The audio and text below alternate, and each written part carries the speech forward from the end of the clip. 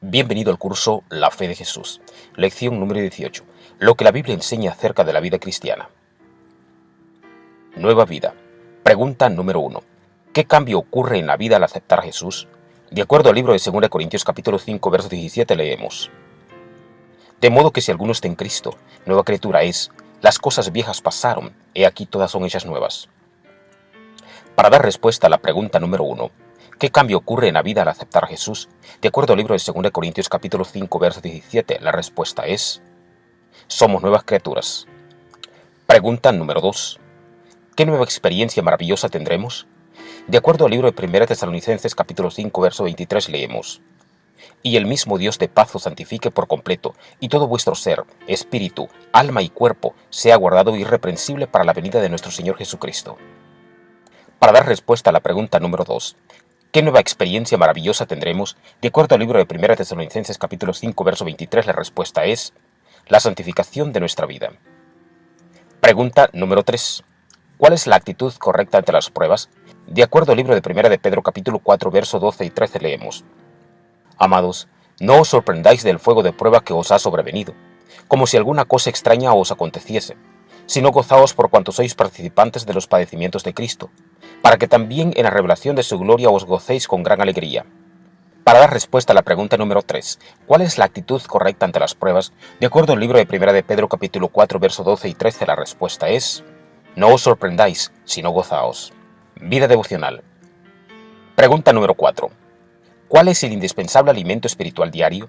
De acuerdo al libro de Deuteronomio capítulo 17, verso 19 leemos: Y lo tendrá consigo, y leerá en él todos los días de su vida, para que aprenda a temer a Jehová su Dios, para guardar todas las palabras de esta ley y estos estatutos, para ponerlos por obra.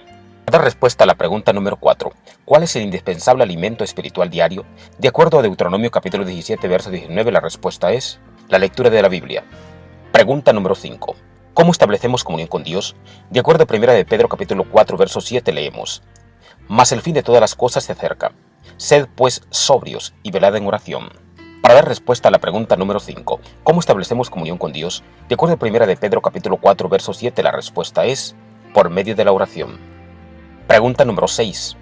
¿Qué día es dedicado a la adoración a Dios? De acuerdo al libro de Isaías capítulo 58, versos 12 al 14 leemos: Y los tuyos edificarán ruinas antiguas, y los cimientos de generación levantarás, y serás llamado reparador de portillos, restaurador de calzadas para habitar. Si retrajeres del día de reposo tu pie, de hacer tu voluntad en mi día santo, y lo llamares delicia, santo, glorioso de Jehová, y lo venerares no andando en tus propios caminos, ni buscando tu voluntad, ni hablando tus propias palabras, entonces te deleitarás en Jehová, y yo te haré subir sobre las alturas de la tierra, y te daré a comer de la heredad de Jacob tu padre, porque la boca de Jehová lo ha hablado. Para dar respuesta a la pregunta número 6, ¿qué día es dedicado a la adoración a Dios? De acuerdo al libro de Isaías capítulo 58, versos 12 al 14, la respuesta es: el día sábado, séptimo día de la semana. Pregunta número 7, ¿en qué lugar se presta la adoración a Dios? De acuerdo al libro de San Lucas capítulo 4, verso 16, leemos acerca de Jesús. Vino a Nazaret, donde se había criado, y en el día de reposo entró en la sinagoga, conforme a su costumbre, y se levantó a leer. Para dar respuesta a la pregunta número 7, ¿en qué lugar se presta la adoración a Dios? De acuerdo al libro de San Lucas capítulo 4, verso 16, leímos acerca de Jesús, que es en el templo. Pregunta número 8. ¿Qué trascendental misión confió Dios a sus hijos? De acuerdo al libro de San Mateo capítulo 24, verso 14, capítulo 28, verso 19, leemos: Y será predicado este evangelio del reino en todo el mundo, para testimonio a todas las naciones, y entonces vendrá el fin. Por tanto, id y haced discípulos a todas las naciones, bautizándolos en el nombre del Padre, y del Hijo, y del Espíritu Santo. Para dar respuesta a la pregunta número 8, ¿qué trascendental misión confió Dios a sus hijos? De acuerdo al libro de San Mateo capítulo 24, verso 14, capítulo 28, verso 19, la respuesta es: la predicación del Evangelio. Pregunta número 9. ¿Qué preparación esencial debemos poseer? De acuerdo a 1 de Pedro capítulo 3, verso 15, leemos: Si no, santificad a Dios el Señor en vuestros corazones, y estad siempre preparados para presentar defensa con mansedumbre y reverencia ante todo lo que os demande razón de la esperanza que hay en vosotros. Para dar respuesta a la pregunta número 9, ¿qué preparación esencial debemos poseer? De acuerdo al 1 de Pedro capítulo 3, verso 15, la respuesta es: preparados para responder con mansedumbre. Guías espirituales. Pregunta número 10. ¿Quiénes son nuestros guías espirituales humanos?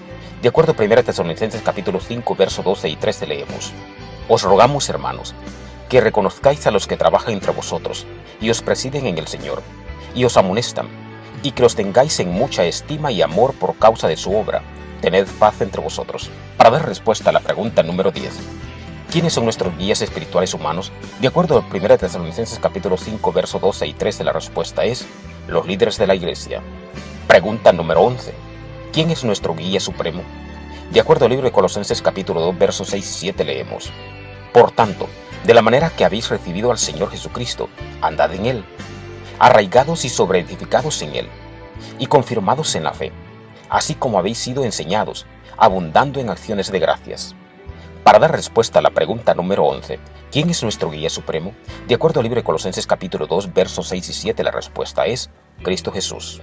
Ilustración. Cierto rey vivía muy triste, pues era jorobado. Entonces mandó a un escultor a hacer una estatua de él, pero sin su joroba. Pasado el tiempo, le trajeron la estatua y fue colocada en su cuarto. Todos los días miraba aquella estatua erguida. Pasados algunos meses el rey se sentía feliz. Ahora no tenía aquella joroba. Así también cada día deberíamos mirar a Jesús y buscar ser buenos hijos, buenos cristianos.